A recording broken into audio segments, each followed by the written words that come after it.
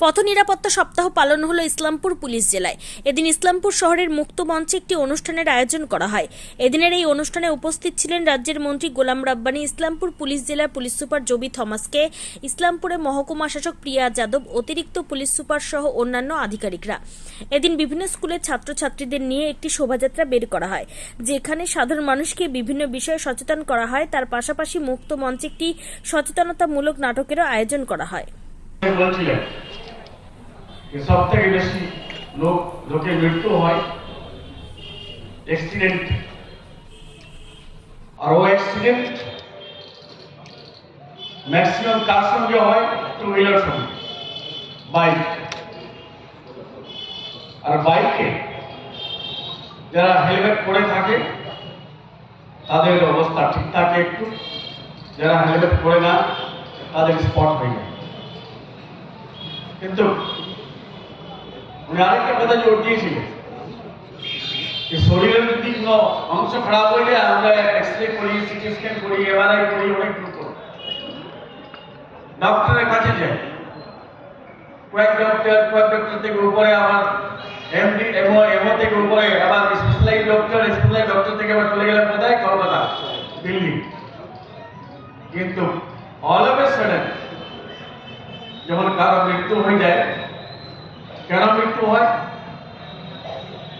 কয় পয়সার দাম আছে হেলমেটটা? কয় টাকা? হেলমেট না পরে আমরা বাইক চালাই। আর বাইকে কার বেশি মৃত্যু হয়? যেগুলো নতুন বাইক শেখার সময় শিখে যাওয়ার পর, আর 14 to 24 years, 22 years, 23 years বয়সে, এই বয়সটা আমরা ক্রস করেছি। একবার আমার সঙ্গে আমি বেঁচে গেছিলাম, আমি ইসলামপুরে একজন শিক্ষক, আমার একজন শিক্ষক বন্ধু বসে আছেন নিচে, বিপ্লব দা। তো আমরা একবার পিকনিকে যাচ্ছিলাম, নতুন বাইক ছিল, নতুন শিখেছিলাম। বাইকের স্পিড 40, 60, 70 যখন হয়ে গেল বাইকটা সামাল দিতে পারছি না। আর আমার পিছনে আরেকটা শিক্ষক ছিল, আমার মুখলিস সাহেব। নতুন নতুন বাইক শিখেছিলাম, তখন অ্যাক্সিডেন্টের এক্সপিরিয়েন্স ছিল না, যার জন্য ওই এক্সপিরিয়েন্সটা আমার অত কাজে লেগেছিল। এদিক দিয়ে বাস, ওই দিক দিয়ে ট্রাক, মাঝখানে আমরা একদম এলাবেলা হয়ে দুজনে স্পট হয়ে গেছি। বাইকটা কন্ট্রোল করলাম, কন্ট্রোল করে তারপরে আমরা যাওয়া স্টার্ট করলাম। আমার বক্তব্য, আমাদের বাচ্চারা আছে, মেয়েরা আছে, আর লোকজন আছে। আজকে এসপি সাহেব আই চেকআপ ক্যাম্প রেখেছে। আর আমাদের জন্য, আমাদের সেফটি সিকিউরিটির জন্য পুলিশ সবসময় মোতায়েন থাকে। একটা দুর্ঘটনা ঘটেছিল আগে, দুজন পুলিশকে ফাইরিং করা হয়েছিল, ইনজোর্ড হয়েছিল, কিন্তু পুলিশকে আজ স্যালুট জানায়। উইদিন 24 আওয়ার্স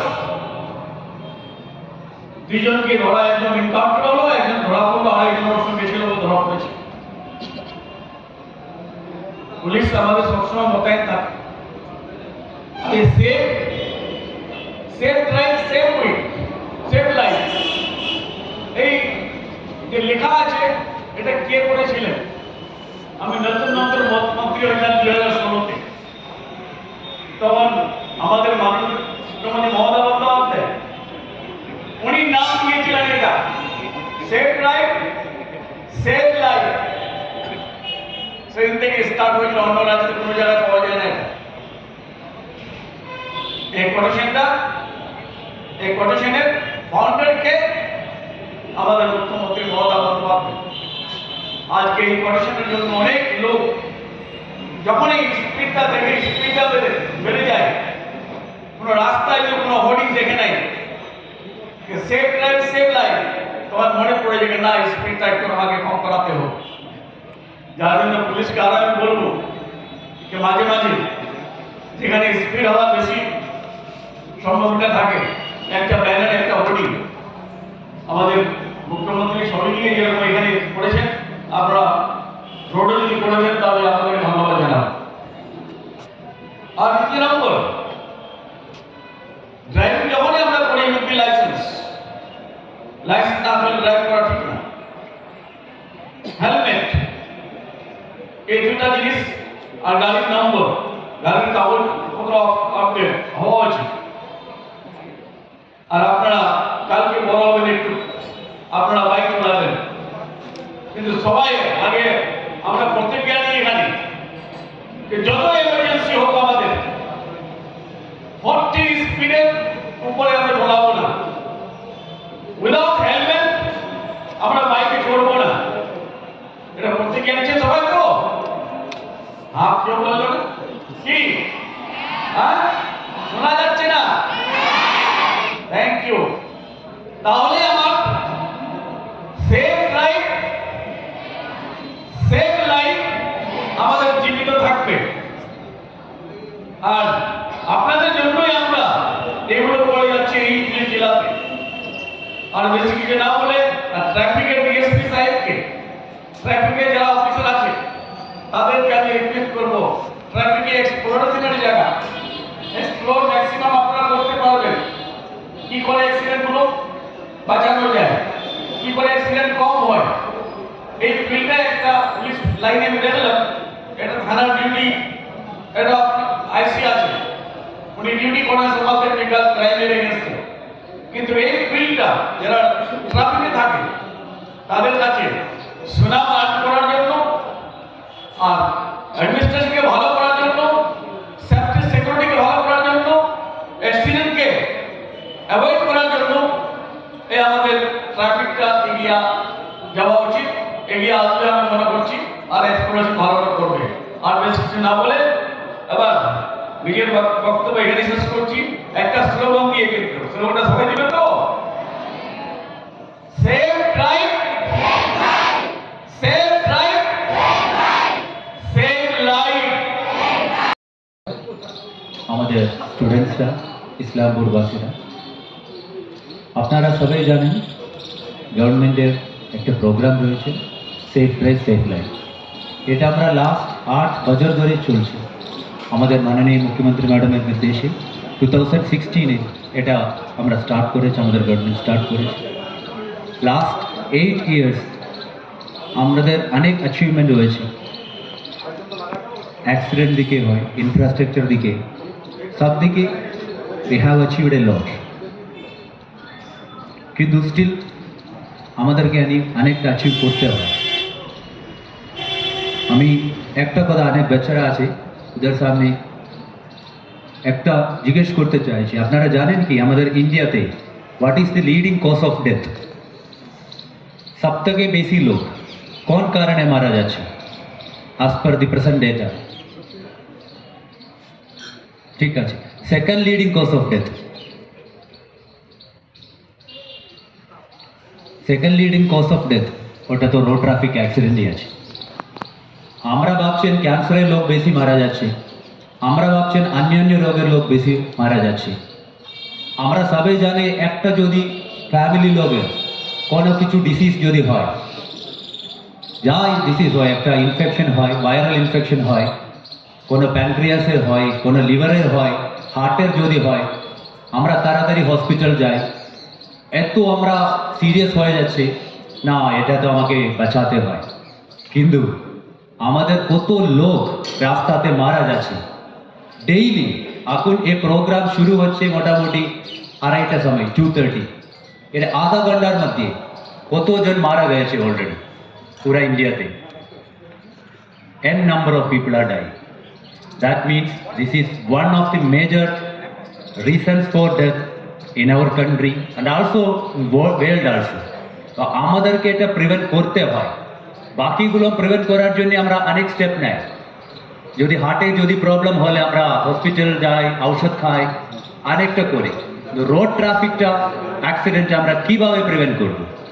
প্রথমটা আমরা প্রশাসন থেকে, পুলিশ অ্যাডমিনিস্ট্রেশন থেকে, সিভিল অ্যাডমিনিস্ট্রেশন থেকে আমরা প্রচুর কাজ করছি।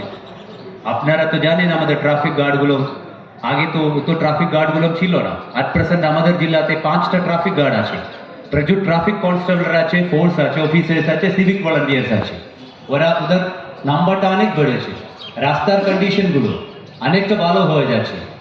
One thing is still missing, that is public awareness and public attitude. ওটা আপনারা দেখুন, ইয়াং জেনারেশন নতুন নতুন বাইক কিনছে, এ তো রাশ ড্রাইভিং করছে উইথাউট হেলমেট, হেলমেটে পড়ে না। একজন দুজন যাবার বাইকের 4 জন যাচ্ছে, 5 জন যাচ্ছে, 3 জন যাচ্ছে। ফ্যামিলির কথা শুনছে না, পুলিশের কথা শুনছে না।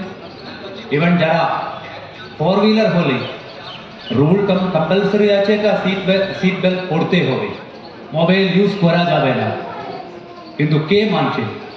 আমরা বারবার কতবার আমরা প্রসিকিউশন করবো, অনেকবার আমরা কন্টিনিউয়াসলি প্রসিকিউশন করতে থাকছি, কিন্তু পাবলিকের এই অ্যাটিটিউড, এই অ্যাওয়ারনেসটা, এটা চেঞ্জ আমাদেরকে করতেই হবে। এবার হেলমেট পরে 2 হুইলারের যদি যেতে হয়, helmet is a compulsory thing.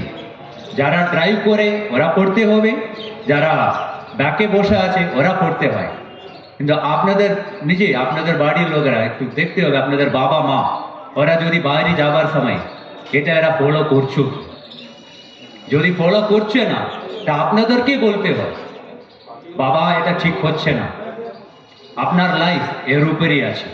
এবার এটা 100% ফ্যাক্ট আছে, আউট অফ আরটিএতে যতগুলো ডেথ হচ্ছে, more than 50% is connected to 2-wheeler accidents. আর ওর মধ্যে more than 60-70% is directly connected to helmet. যারা হেলমেট পরছে না ওদের ইনজুরি হচ্ছে, স্পেশালি হেড ইনজুরি হচ্ছে, ওর হেড ইনজুরি হলে আপনারা জানেন ডেথ হওয়ার চান্সটা বেশি আছে। তাহলে এগুলো বিষয়টা পাবলিক না বুঝলে আমরা কিভাবে ওদের লাইফ সেভ করব? তো আপনারা ইয়াং জেনারেশন অনেক বাচ্চাদেরকে দেখছে, এটা আপনাদের কাজ আছে নিজে একটা অ্যাওয়ারনেস থাকাটা। যদি একটা মোটরসাইকেলে যদি আমি বসবো, তাহলে আমি হেলমেট পরবো ফার্স্ট। হেলমেট যদি না পরে আমি স্কুটারে যাব না, মোটরসাইকেলে যাব। এই ডিসিশনটা আপনাদেরকে নিতে হয়। ওর যদি একটু বড় হওয়ার পরে বাড়ির লোকেরা আপনাদেরকে মোটরসাইকেল কিনে দেবে, 18+ হলে তো ড্রাইভিং লাইসেন্স তো পাবে, একটা গাড়ি পাবে, ও সময় ডিসিশন নিতে হবে আমি হেলমেট ছাড়া আমি 2 হুইলার চালাবো। এবং আমার গাড়ির মোর দ্যান 2 মানে আমি এবং আরেকটা লোক, এর ছাড়া বেশি একজনকে আমি ঢুকাবো। এবং আমি রাশ ড্রাইভিং করবো না, আমি সিগন্যাল মানে চলবো, রেড লাইট মানে স্টপ আছে, গ্রিন লাইট মানে যেতে হয়।